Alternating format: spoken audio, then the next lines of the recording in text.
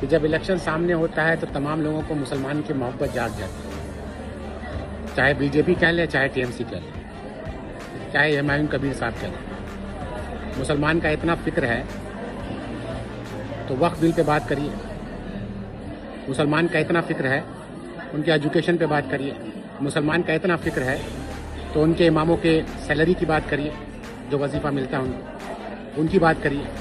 मगर बात उनकी नहीं होगी। आपको याद होगा कि नेताजी इंडोर स्टेडियम में एक प्रोग्राम हुआ था, उसके बाद तमाम इमामों ने प्रॉमिस किया था कि 500 बढ़ाई हैं, इसके बाद हम लोग इससे ज़्यादा बढ़वा देंगे। कहाँ गए वो प्रॉमिसेस? कहाँ सोए हुए हैं? और उसके बाद जब रमज़ान आता है, अफ्तार आता है, उसी अफ्तार पार्टी में आप हुकूमत का कुछ इमाम हुकूमत का पूरा निज़ामत करते हैं। इमाम अबू हनीफा की बात याद आ गई।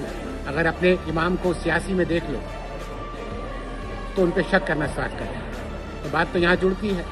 तो हमारे लीडरान जो बैठे हुए हैं, फराद हकीम साहब हैं, नदीम उल हक साहब हैं, साथ साथ सदीकुल्ला चौधरी साहब हैं, ये सब तमाम कहाँ हैं? क्यों नहीं बोलते ममता बनर्जी? तो वक्त बिल पे यू टर्न लिया जाए, ये गलत हो रहा है।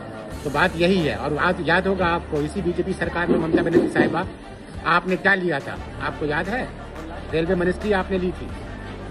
तब कहाँ थे हुमायूं कबीर साहब? और इतने दिन से आप बने हुए थे मेंबर ऑफ असेंबली के, लेजिस्लेटिव असेंबली के मेंबर थे, तो क्यों नहीं आपने बात रखी पार्क हाउस में कि ये गलत हुआ था?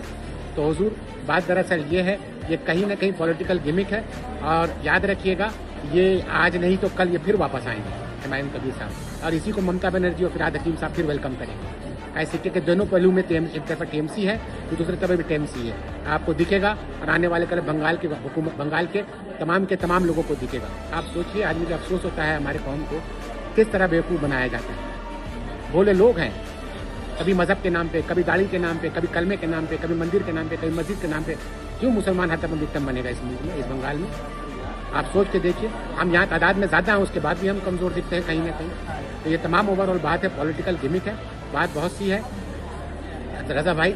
मगर आपको फिर दिखेगा कि यही हम कभी वापस आएंगे।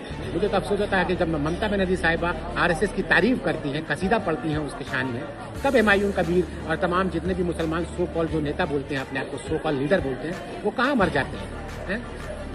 कहाँ मर जाते हैं? परवीन शाकिर का एक शेर है कि तोहमत लगा के माँ पे जो दुश्मन से दाद ले, ऐसे सुकन फरोश को मर जाना चाहिए।